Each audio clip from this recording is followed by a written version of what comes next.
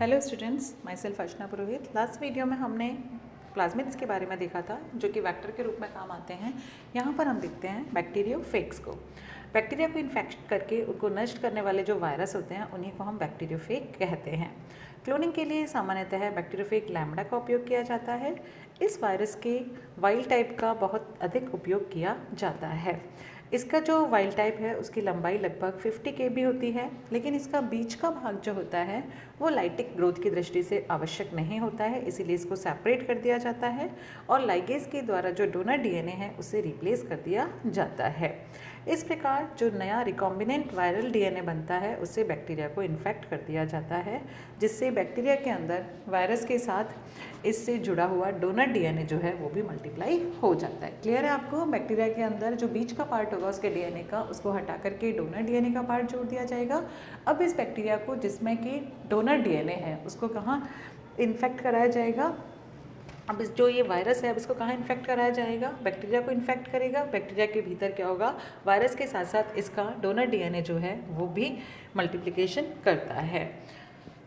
Lambda genome का हटाया जाने वाला स्थान जो होता है सामान्यतः 15 से 20 kb लंबा होता है, इसीलिए इसके साथ जोड़े जाने वाला डोनर डीएनए जो है वो भी इतनी ही लंबाई का होना चाहिए। बैक्टीरियोफेग में डीएनए जो होता है लिनियर होता है। अधिकांश बैक्टीरियोफेग वायरसेस होस्ट बैक्टीरिया को नष्ट कर देती हैं, अर्थात ये बैक्टीरिया का लाइसिस कर देती हैं। इस कारण इन्हें लाइटिक फेग भी कहते हैं। कुछ एक वायरसेस जो हैं वो अपने डीएनए को बैक्टीरियल डीएनए के साथ इंटीग्रेट कर लेती हैं और उसी के साथ रेप्लिकेट होती रहती हैं। इसको हम बोलते हैं लाइसोजेनिक फेग। 2 साइकिल हमने पढ़ी होंगी। लाइटिक में उसको बर्स्ट कर देती है, लाइसोजेनिक में उसके डीएनए के साथ इंटीग्रेट हो जाती हैं।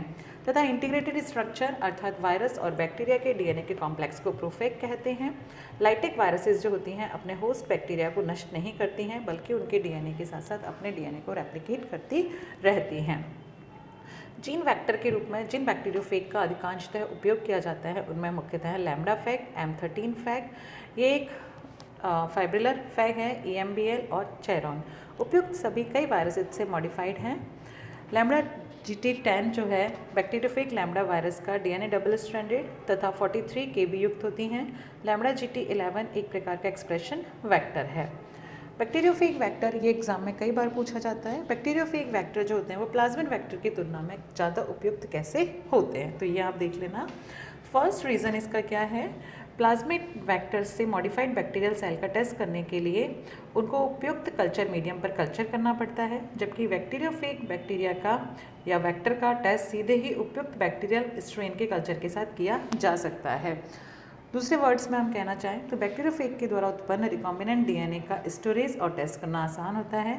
प्लाज्मिड से स्मॉल डीएनए सेगमेंट्स की ही क्लोनिंग संभव है, जबकि बैक्टीरियल या बैक्टीरियोफेग से लार्ज सेगमेंट्स 25 kb तक की क्लोनिंग की जा सकती है। फेग के प्लैक्स अर्थात कॉलोनीज का बहुत बड़ी संख्या में टेस्ट आसानी से किया जा सकता है।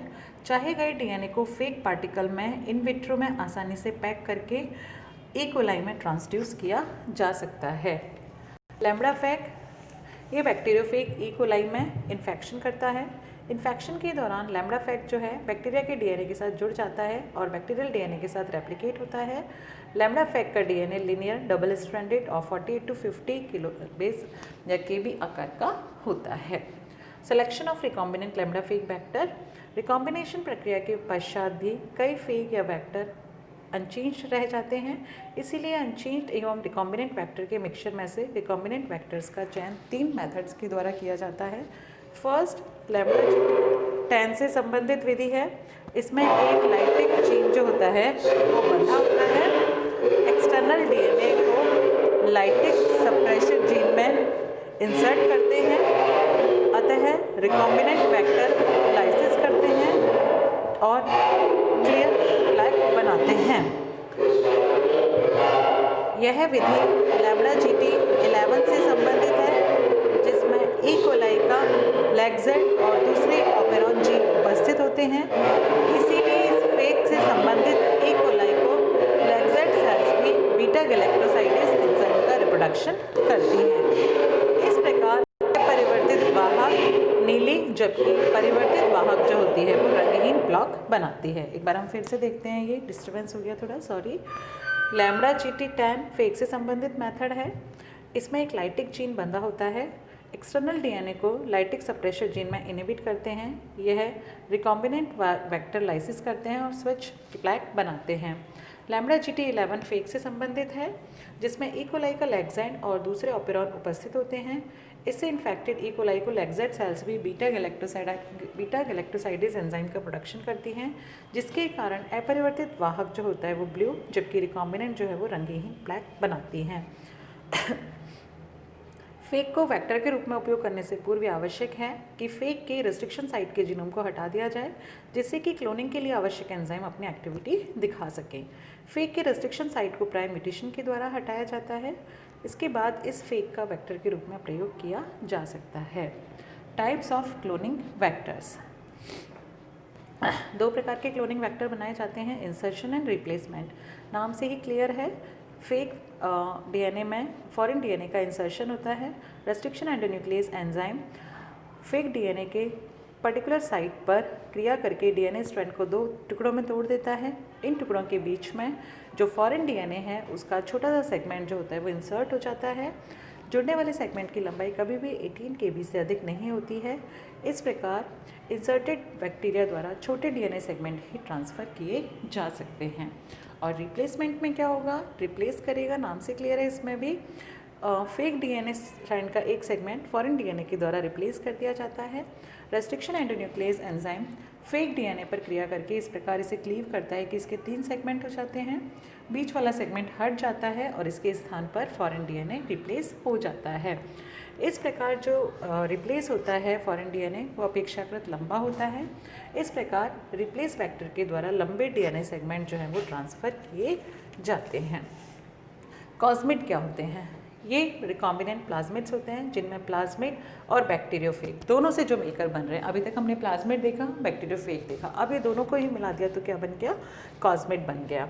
अर्थात इनका निर्माण प्लाज्मिड और वायरल डीएनए से होता है। ये 5 से 7 हज़ार बेस पेयर लंबे राउंड डीएनए मॉलिक्यूल होते हैं, जिनका रेप्लिकेशन प्लाज्मिड के जैसे होता है और इनमें एक विशिष्ट कॉस साइट होता है। ये स्थान वायरस का डीएनए सीक्वेंस होता है, जहाँ पर कि डोनर डीएनए जुड़ सकता है।